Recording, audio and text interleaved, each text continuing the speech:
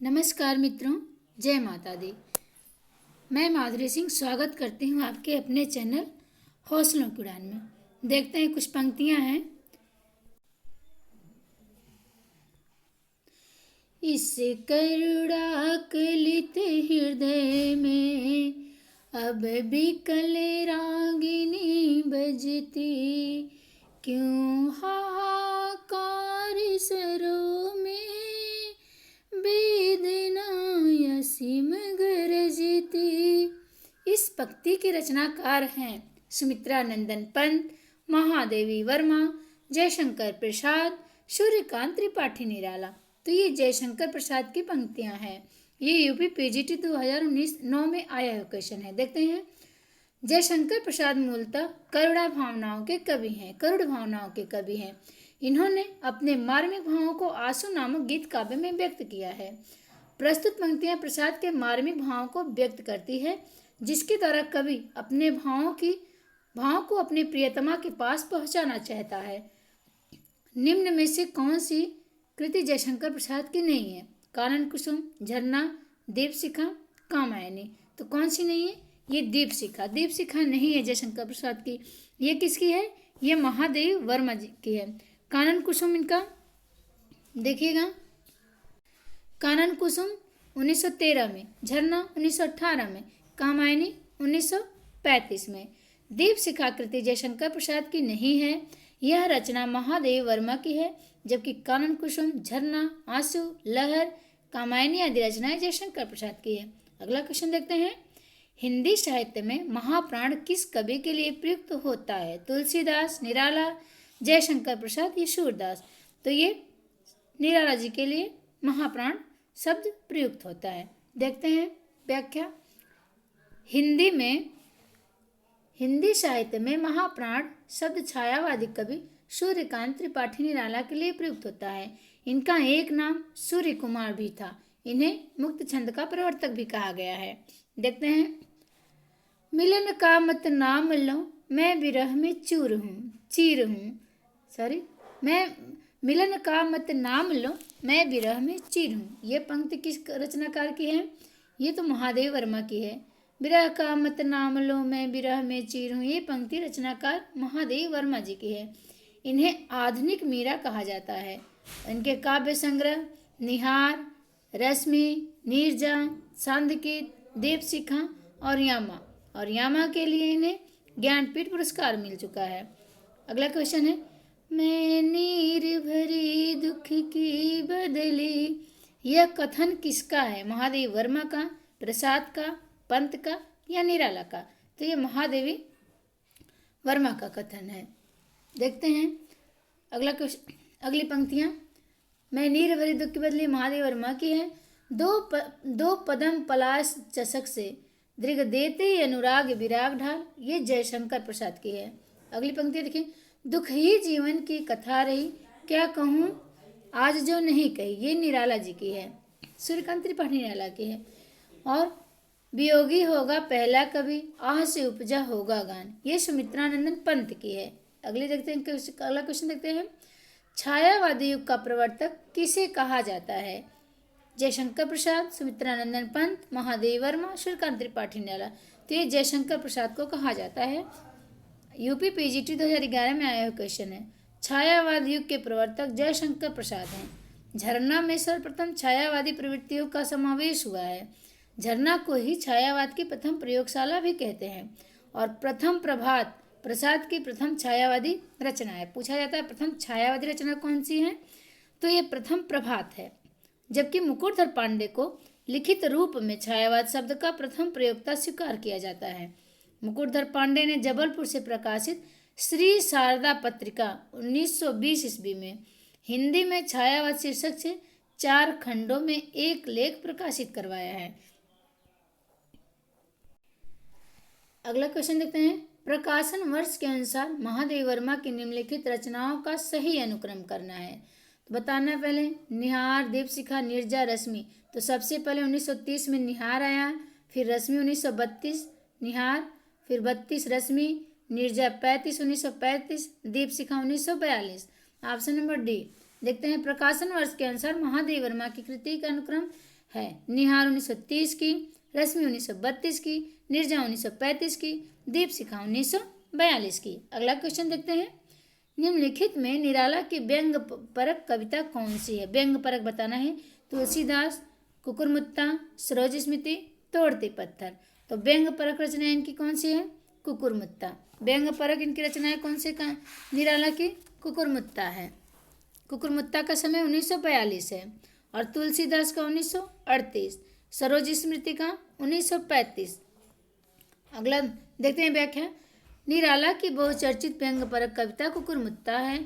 इनकी अन्य रचनाएं अनामिका 1923 की, परिमल 1930 की, गीतिका तुलसीदास 1938 की, अड़िमा 1955 की, बेला और नए पत्ते ये 1946 की है।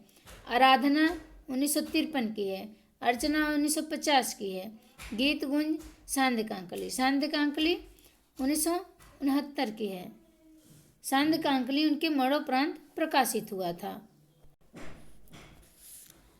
अगला क्वेश्चन देते हैं। निराला की बादल राग कविता का संबंध है छायावादी सौंदर्य से, प्रगतिवादी चेतना से, प्रयोगवादी चेतना से या प्रकृति के सौंदर्य से।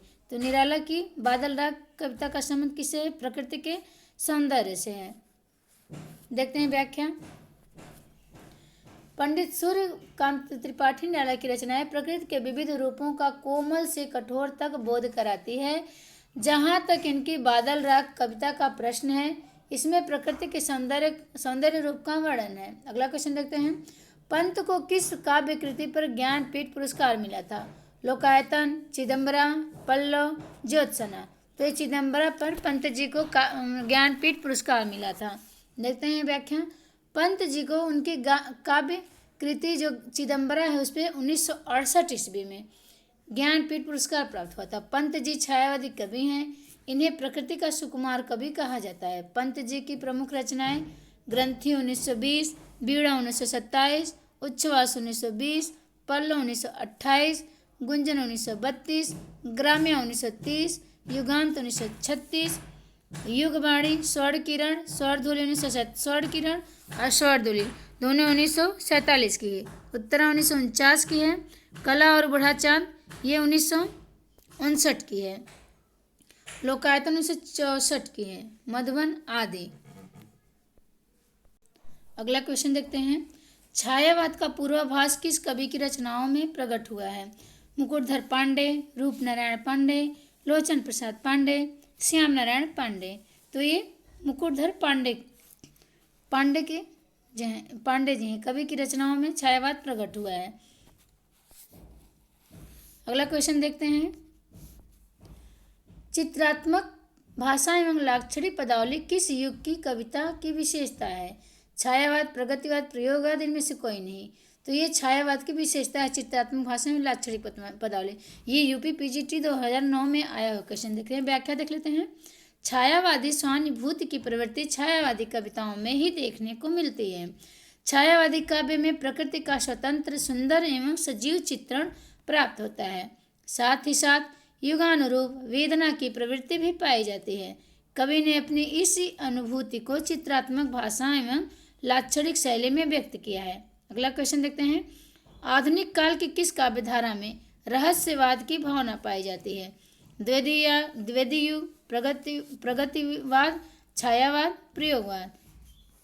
ये भी यूपी पीजीटी 2002 में आया क्वेश्चन है। रहस्यवाद की भावना छायावाद में है। आधुनिक काल की छायावादी काव्यधारा में रहस्यवाद की प्रवृत्ति प्रमुख रूप से दिखाई देती है। इसी कारण आचार्य रामचंद्र शुक्ल ने छायावाद का अर्थ रहस्यवाद माना है। सभी छायावादी कवियों द्वारा अज्ञात सत्ता के प्रति भाव व्यक्त किया गया है। अगला क्वेश्चन देखते हैं। निराला जी का जन्म कहाँ हुआ है? उत्तर प्रदेश, उड़ीसा, बंगाल या बिहार? तो ये बंगाल के हैं। निराला जी का जन्म 1899 ईस्वी में बंगाल के महिषादल राज्य के मेदिनीपुर ग्राम्य में हुआ था। निराला की खड़ी बोली की सबसे पहली रचना जूही की कली है 1916 में। निराला की अन्य रचनाएं अनामिका, परिमल, गीतिका, तुलसीदास, अड़िमा, कुकुरमुत्ता, बेला और नए पत्ते, अर्चना, आराधना आदि है। अगला क्वेश्चन देखते हैं, निराला की निम्नलिखित कविताओं में से कौन लंबी कविता नहीं है देखना है। भिक्षुक, कुकुरमुत्ता, सरोज स्मृति या राम की शक्ति पूजा। तो ये जो भिक्षुक है ये लंबी कविता नहीं है, बाकी सब लंबी कविता है। सरोज स्मृति, कुकुरमुत्ता, राम की शक्ति पूजा, ये भी यूपी पीजीटी 2004 में आया हुआ क्वेश्चन है। व्याख्या देख लेते हैं। सरोज स्मृति, कुकुरमुत्ता तथा राम की शक्ति पूजी आदि सूर्यकांत त्रिपाठी निराला की लंबी कविता है, जबकि भिक्षुक निराला की लंबी कविता नहीं है। अगला क्वेश्चन देखते हैं, हृदय का मधुभार काव्य रचना है शुक्ल जी की, प्रसाद जी की, पंत जी की, निराला की। तो ये शुक्ल जी की है हृदय का मधुभार। देखते हैं व्याख्या। हृदय का मधुभार बुद्ध चरित, मनोहर छटा, आमंत्रण तथा प्रकृति बोध इत्यादि आचार्य रामचंद्र शुक्ल की प्रमुख काव्य कृतियाँ हैं। उर्वशी, वन मिलन, प्रेमराज, अयोध्या का उद्धार, शोकोच्छ्वास, बब्रुवाहन, कानन कुसुम, प्रेम पथिक, महाराणा का महत्व, चित्राधार, झरना, आंसू, लहर, कामायनी आदि जयशंकर की कृतियाँ हैं। और अनामिका, परिमल, गीतिका, तुलसीदास, कुकुरमुत्ता, अड़िमा, बेला, नए पत्ते, अर्चना, आराधना, गीतपुंज तथा सांध्यकांकली आदि सूर्यकांत त्रिपाठी निराला की काव्य कृतियाँ हैं।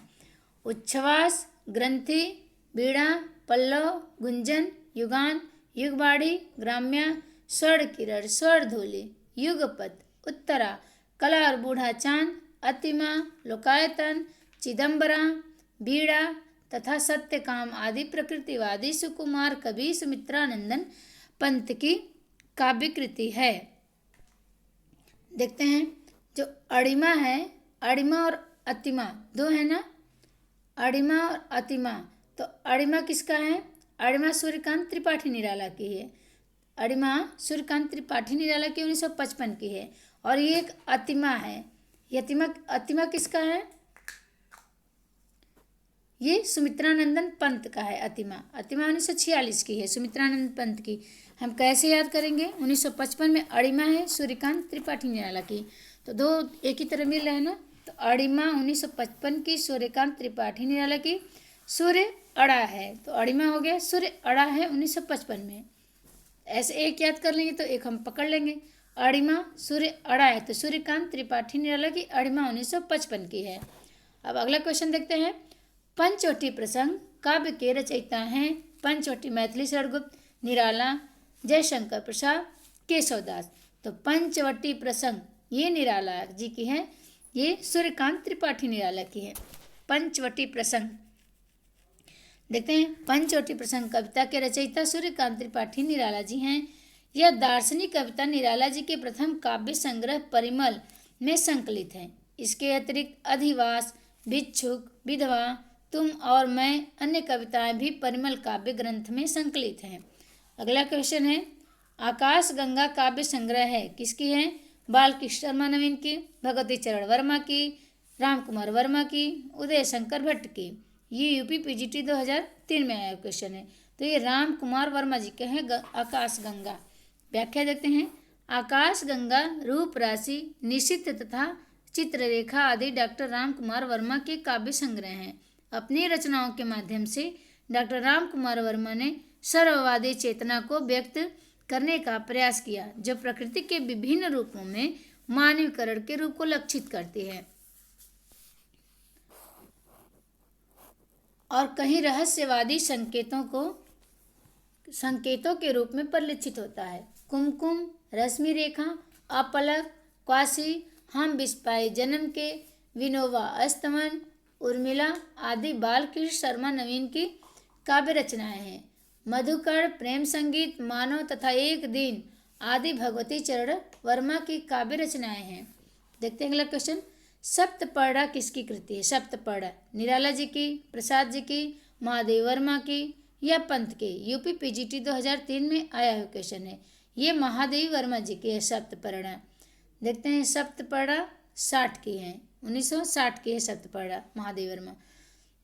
देखते हैं निहार, रश्मि, नीरजा, सांध्यगीत, यामा, दीपशिखा तथा सप्तपर्णा आदि आधुनिक युग की मीरा के नाम से प्रसिद्ध छायावादी कवित्री महादेवी वर्मा की कृतियां हैं। अनामिका, परिमल, गीतिका, तुलसीदास, कुकुरमुत्ता, अणिमा, बेला, नए पत्ते, अर्चना, आराधना, गीत गुंज, सांध्य कांकली आदि छायावादी कवि महाप्राण सूर्यकांत त्रिपाठी निराला की काव्य कृतियां हैं।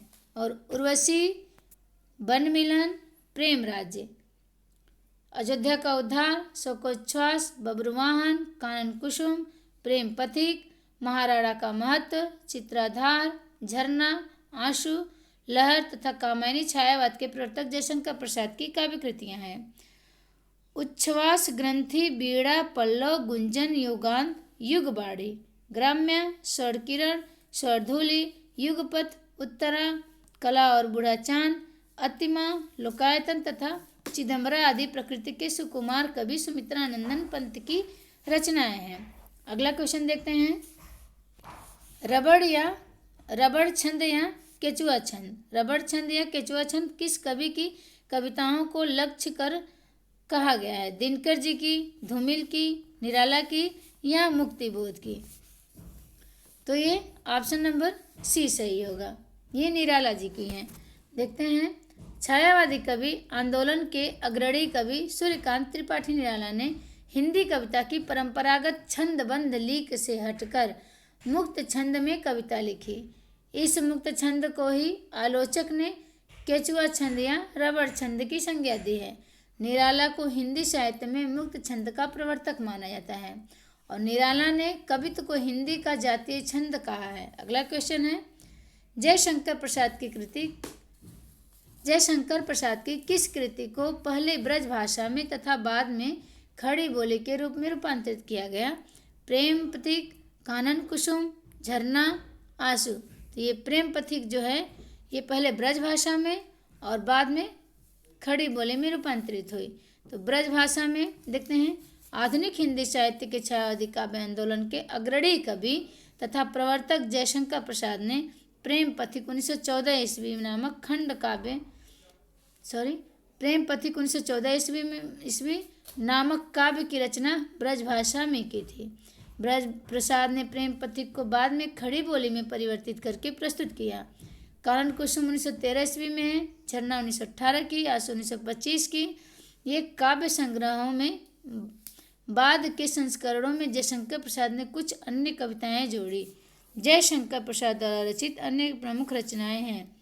उर्वशी 1909 की, वन मिलन 1909 की, प्रेमराज 1909 की, अयोध्या का उद्धार 1910 का, शोकोच्छ्वास भी 1910 का, बब्रुवाहन 1911 का, महाराणा का महत्व 1913 का, चित्राधार लहर 1933 की, कामायनी 1935 आदि की है। अगला क्वेश्चन है। निराला की जूही की कली उदाहरण है मात्रिक छंद का, मुक्त छंद का, वार्णिक छंद का, इनमें से कोई नहीं।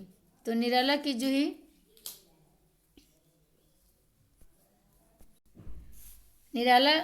जूही की कली मुक्त छंद है। देखते हैं व्याख्या। छायावादी काव्य आंदोलन के प्रमुख स्तंभ महाप्राण सूर्यकांत त्रिपाठी निराला द्वारा रचित जूही की कली 1916 ईस्वी में ये मुक्त छंद है।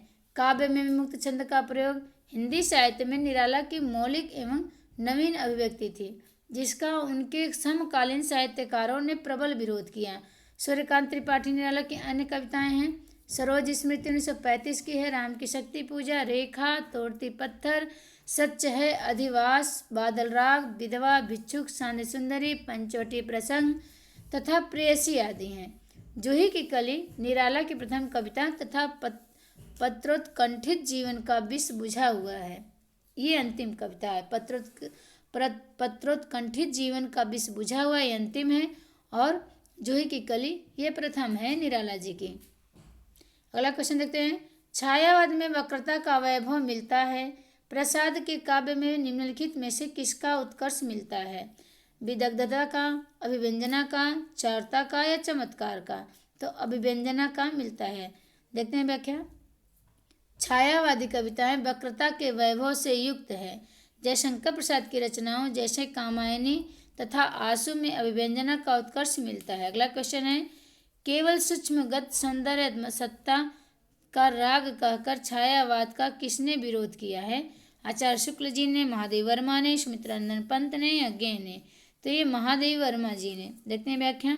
महादेव वर्मा जी ने छायावाद को केवल सूक्ष्मगत सौंदर्य सत्ता का राग कहकर इसका विरोध किया है।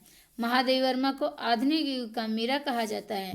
छायावादी कवियत्री में महादेवी वर्मा की रहस्यवाद के भीतर रही हैं। अगला क्वेश्चन देखते हैं। प्रसाद की काव्य कृतियों का सही अनुक्रम है। लहर, आंसू, उर्वशी, झरना। पहले उर्वशी है, फिर झरना है, फिर आंसू है, फिर लहर है। Option number C. प्रसाद की काव्य कृतियों का सही अनुक्रम है। उर्वशी 1909 की, वन मिलन 1909 की, प्रेमराज 1909 की, सो को उच्छ्वास 1910 का और अयोध्या का उद्धार भी 1910 का है। बब्रुवाहन 1901 की है। तो शंकर जी की बब्रुवाहन, वाहन ऐसे करेंगे याद कि 1901 की है। शंकर जी का वाहन एक इधर दोनों तरफ बैठे रहता है, दोनों अगल बगल, तो 11 हो गया। तो बब्रुवाहन 1911 हो गया।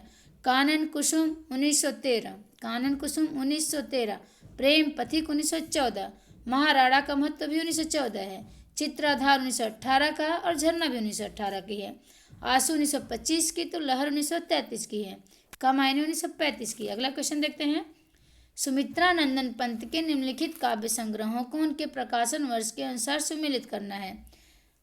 सुमित्रानंदन पल्लव कब की है? 1927 की है। बीड़ा 1928 की है। गुंजन 1932 की है। स्वरधुली 1927 की है। देखते हैं व्याख्या। पल्लव 1928 की, ये पंत जी की रचना है। छायावाद की घोषणा पत्र, मैनिफेस्टो कहा गया है पल्लव को। बीड़ा 1927 ईस्वी की है, यह छायावादी रचना है। गुंजन 1932 की है, पंत जी की छायावादी अंतिम रचना है। छायावाद की पंत की अंतिम रचना है गुंजन। प्रथम रचना उच्छ्वास है। किरण, स्वर्ण किरण 1947 में है, यह अंतश्चेतनावादी रचना मानी जाती है। अरविंद दर्शन से प्रभावित है स्वर्ण किरण। अगला क्वेश्चन है। गीत गुंज किस कवि की रचना है? गीत गुंज सूर्यकांत त्रिपाठी निराला की, रामकुमार वर्मा की, सुमित्रानंदन पंत की, महादेवी वर्मा की। तो गीत गुंज 1954 की है। ये किसकी है? ये सूर्यकांत त्रिपाठी निराला की है। देखते हैं व्याख्या। गीत गुंज 1954 की, ये सूर्यकांत त्रिपाठी निराला की है। गुंजन 1932 की, ये पंत की है। चित्ररेखा 1935 की, ये रामकुमार वर्मा की है। और सांद गीत 1936 की है, ये महादेवी वर्मा जी की है। देखते हैं। पंत की काव्य रचनाओं का सही अनुक्रम बताना है। पंत जी की काव्य रचनाओं का सही अनुक्रम बताना है। गुंजन, पल्लव, ग्राम्य, युगांत। तो सबसे पहले पल्लव होगा। सबसे पहले Pallav, Gunjan, Yugant, Gramya. Option number B. प्रकृति के सुकुमार कवि सुमित्रानंदन पंत की काव्य कृतियों का अनुक्रम है। उच्छ्वास 1920 में, ग्रंथि 1920 में, बीड़ा 1927 में, पल्लव 28 में, गुंजन 1932 में, युगांत 1936 में, युगबाड़ी 39 में, ग्राम्य 1940 में, स्वर्ण किरण और स्वरधुली 1947 ईस्वी में है। उत्तरा 1949 ईस्वी में, युगपत भी 1949 में है। अतिमा 1955 की, कला और बुढ़ा चांद 1959 की। और इसमें साहित्य अकादमी पुरस्कार मिला था इनको 1960 ईस्वी में पंत जी को। लोकायतन 1964 की, इसमें चिदम्बरा सत्यकाम 1975 का है। अगला क्वेश्चन देखते हैं। उत्तरायण महाकाव्य के रचनाकार हैं अयोध्या सिंह उपाध्याय, हरिओद, रामकुमार वर्मा, सियाराम शरण गुप्त या राम नरेश त्रिपाठी।